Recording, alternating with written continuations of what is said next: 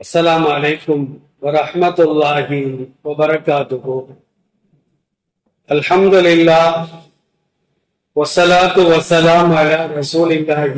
أما بعد, கணியத்திற்குரிய எல்லாம் அல்ல அல்லாஹ்வின் நல்லடியார்களே, அல்லாஹ்வுடைய மாபெரும் கிருபையினால் சங்கையான ரமலான் மாதத்தினுடைய இரண்டாம் பகுதி இன்றோடு நம்மை விட்டு விடைபெற்று சென்று இன்ஷா அல்லாஹ் நாளைய தினம் மிக மிக முக்கியமான மூன்றாம் பகுதி ஆரம்பமாக இருக்கின்றது. எல்லாம் அல்ல அல்லாஹ் ஜல்ல ஷானஹு தஆலா அந்த மூன்றாம் பகுதியை முழுமையாக அடைய பெற்று இரவு வணக்கங்கள் செய்து அல்லாஹுடைய அருளையும் மன்னிப்பையும் நரக விடுதலையையும் அல்லாஹ் ரப்பல் ஆலமீன் நம் அனைவருக்கும் முழுமையாக தந்தருள் புரிவானாக. ஆமீன். கணியத்திற்குரிய அல்லாஹ்வின் நல்லடியார்களே, நபிகள் நாயகம் ஸல்லல்லாஹு அலைஹி வஸல்லம் அவர்களின் அருமையான தோழர்கள் சஹாபாக்கள் நபிகள் நாயகம் ஸல்லல்லாஹு அலைஹி வஸல்லம் அவர்களிடம் கேட்ட கேள்விகளிலே மிக மிக ஒரு முக்கியமான கேள்வி, இந்த சமுதாயத்தை வாழக்கூடிய ஆண்களுக்கும் பெண்களுக்கும் பொதுவான ஒரு கேள்வி என்பதை நாம் ஆரம்பமாக விளங்கி வைத்துக் கொள்ள வேண்டும். திருக்குர்ஆனுடைய 2வது அத்தியாயம் 222வது வசனத்திலே அந்த கேள்வியை அல்லாஹ் பதிவு செய்து வைத்திருக்கின்றார். நபியே, மாதவிடாய் பற்றி உம்மிடம் அவர்கள் கேட்கிறார்கள்.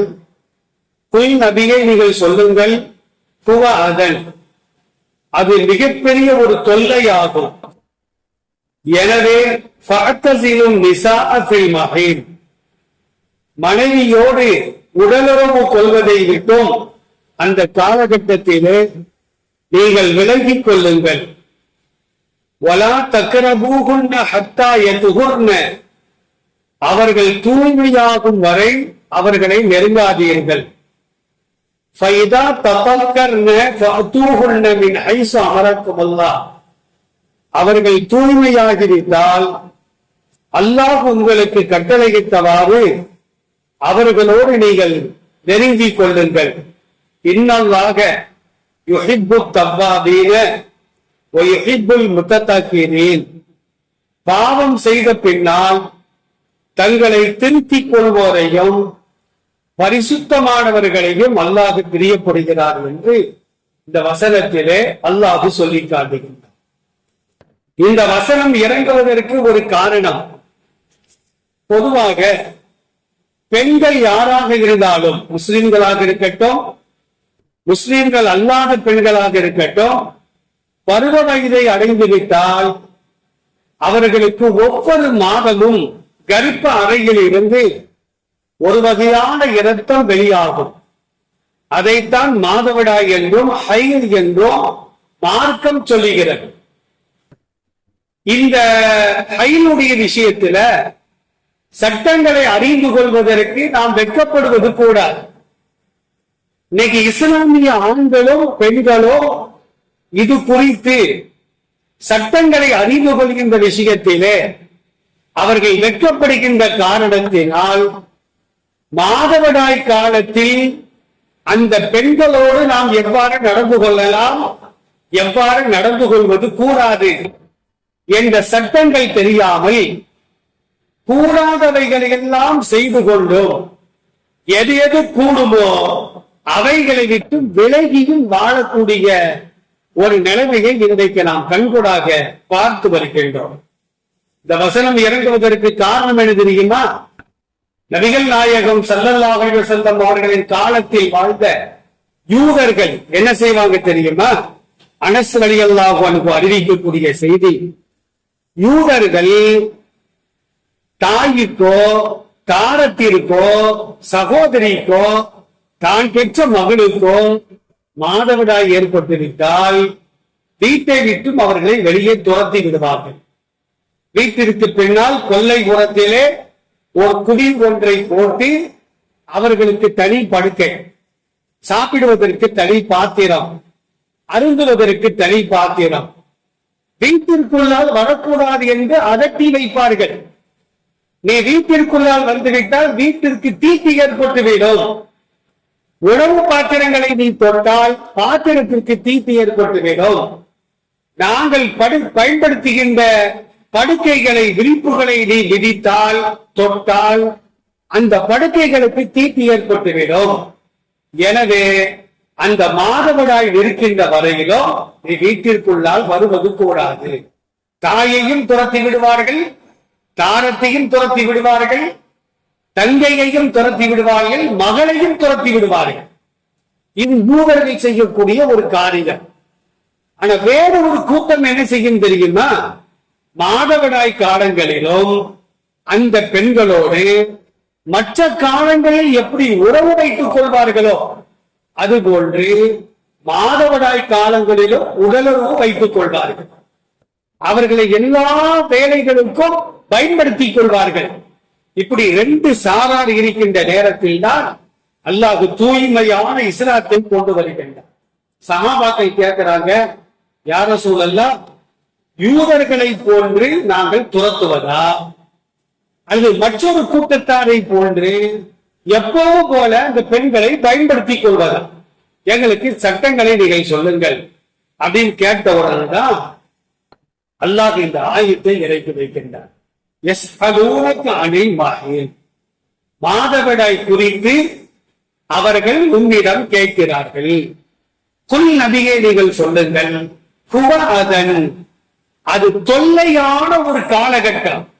மாதவிடாய் காலங்கள்ல நம்முடைய தாயை பார்த்திருக்கின்றோம், தாயை கூட அவ்வளவாக பார்த்திருக்க மாட்டோம். தாரத்தை பார்த்திருக்கின்றோம், நம் தங்கைகளை பார்த்திருக்கின்றோம், நாம் பெற்ற பெண் குழந்தைகளை பார்த்திருக்கின்றோம். வலியால் துடித்து விடுவார்கள். மாதம் மாதம் அந்த வலியால் அவர்கள் துடித்து விடுவார்கள். ஒரு வேளையும் அவர்களால் செய்ய முடியாது. அதுக்கு என்ன காரணம்? கர்ப்ப அறையினுடைய அடிப்பகுதியிலிருந்து அந்த ரத்தம் வெளியாகிறது. எனவே கடுமையான வலி, வேதனை அந்த பெண்களுக்கு இருக்கும்.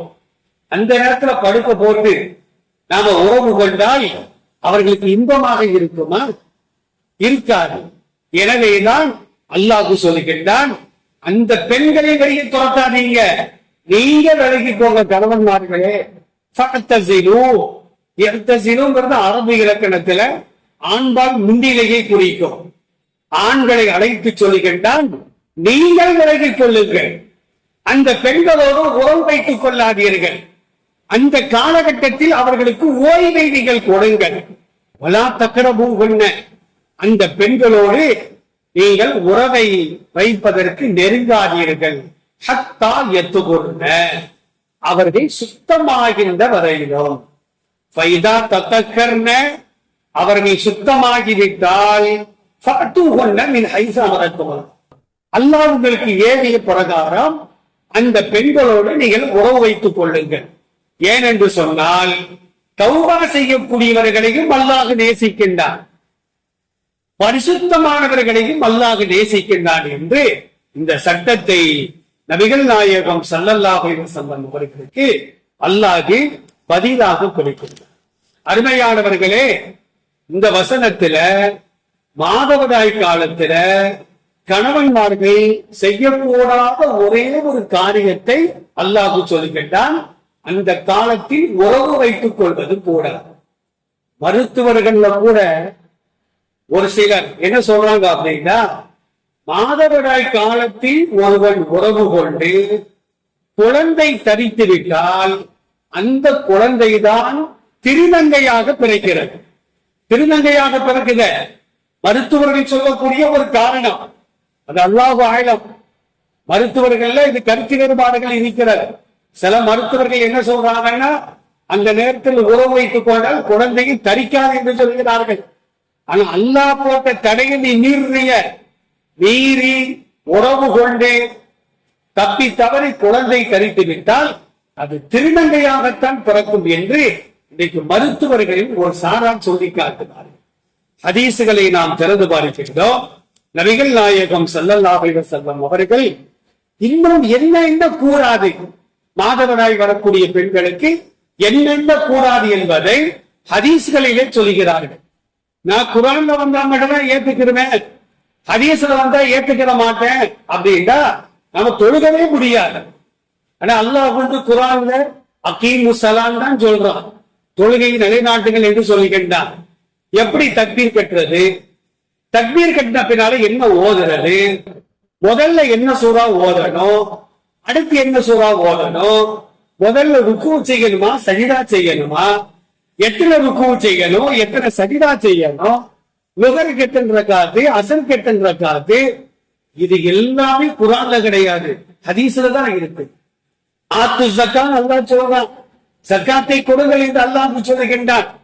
தங்கத்துல எவ்வளவு ஸக்காத்து கொடுக்கணும், எவ்வளவு இருந்தா எவ்வளவு கொடுக்கணும், வெள்ளியில எவ்வளவு இருந்தா எவ்வளவு கொடுக்கணும், பணமா இருந்தா எவ்வளவு கொடுக்கணும், ஆடு மாடு ஒட்டகமா இருந்தா எவ்வளவு கொடுக்கணும், சொந்த நிலமா இருந்தா கொடுக்கலாமா கொடுக்க கூடாதா. ஒரு ஆள்கிட்ட 10 வீடு இருக்குது, அவர் வாடகைக்கு நில சொந்தமா வச்சிருக்கிறாரு, இதுக்கு ஸக்காத்து கொடுக்கணுமா கொடுக்க கூடாதா. இந்த விவரங்கள் எல்லாமே குர்ஆன்ல கிடையாது, ஹதீஸ்ல மட்டும்தான் இருக்கு. எனக்கு குர்ஆன் மட்டும் போதும் அப்படின்னு ஒருத்தன் சொன்னா அப்படின்னா அகல குர்ஆன் ஒரு கூட்டம் இருக்குது, அவங்க எந்த வணக்க வழிபாடுகளும் செய்ய முடியாது. நோன்பு வையுங்கள் என்று அல்லாஹ் சொல்லுகின்றான், ஃபஜ்ர் வரைக்கும் சாப்பிடுங்க, சூரியன் மறைந்ததுனால நோன்பை தொடங்க, இவ்வளவுதான் குர்ஆன்ல இருக்கு. நோம்புல எது கூடும் எது கூடாது, பல் தைக்கலாமா, நறுமணங்கள் பூசலாமா, மனைவிக்கு முத்தம் கொடுக்கலாமா, உறவு கொள்ளலாமா, இந்த செய்திகள் குர்ஆன்ல கிடையாது, எல்லாமே ஹதீஸ்கள்ல தான் இருக்குது. அதனால குர்ஆன் மட்டும் போதாது, ஹிதாயத்தை பெறுவதற்கு ஹதீஸும் தேவை.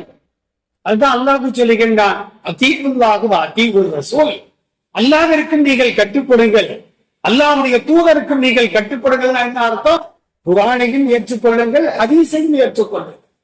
அப்ப மாதவிடாய் காலங்கள்ல உறவு கூடாது என்பது குர்ஆன்ல இருக்குது. ஆனா ஹதீஸை நாம் திறந்து பார்த்தால் நபி ஸல்லல்லாஹு அலைஹி வஸல்லம் சொல்வார்கள், எந்த தொழுகையும் அவர்கள் தொழுவது கூடாது.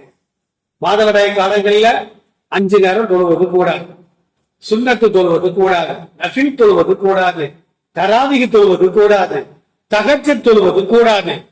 எந்த தொழுகையும் அந்த மாதவிடாய் காலங்களில் தொழுவது கூடாது. ஒன்று.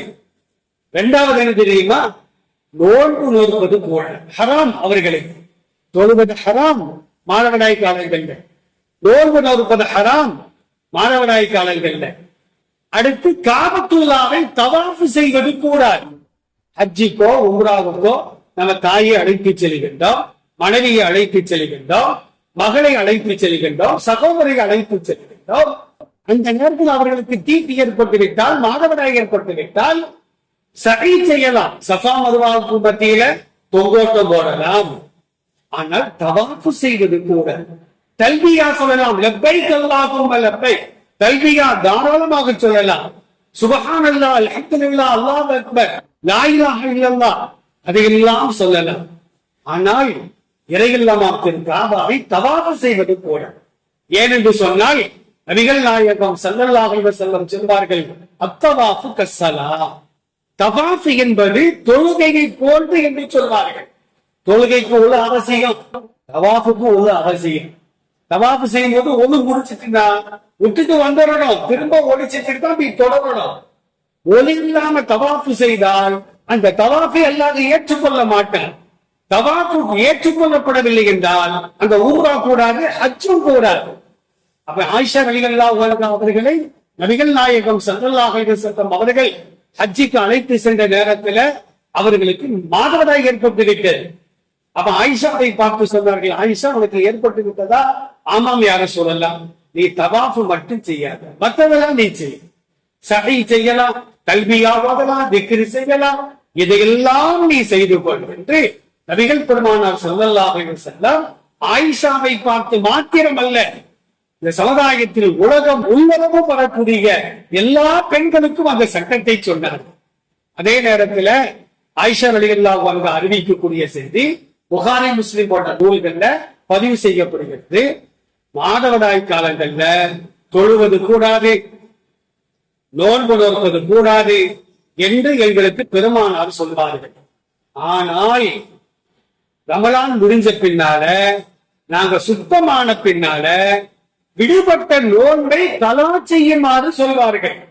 ரமலானுடைய காலகட்டத்துல ஒரு பெண்ணுக்கு 3 நாளோ 5 நாளோ 7 நாளோ மாதவிடாய் ஏற்பட்டுவிட்டால் அந்த 7 நாள் நோன்பு வைப்பது கூட. ஆனால் இந்த 7 நோன்பை ஐயாமி நோக்க ரமலான் முடிஞ்ச பின்னால அந்த பெண்கள் கலா செய்ய வேண்டும்.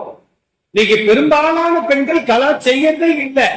இது ஒரு வேடிக்கை என்ன தெரியுமா? ஒரு சகோதரர் என்று சொன்னாரு, என் மனைவி மாதவிடாய் காலங்களில் நோன்பு விட்டா அவ கலாச்சாரத்துக்கு அவளுக்கு சங்கடமாக இருப்பதுனால மாதவிடாய் இருந்தாலும் நோன்பு வைக்கிறான் அப்படின்றாரு.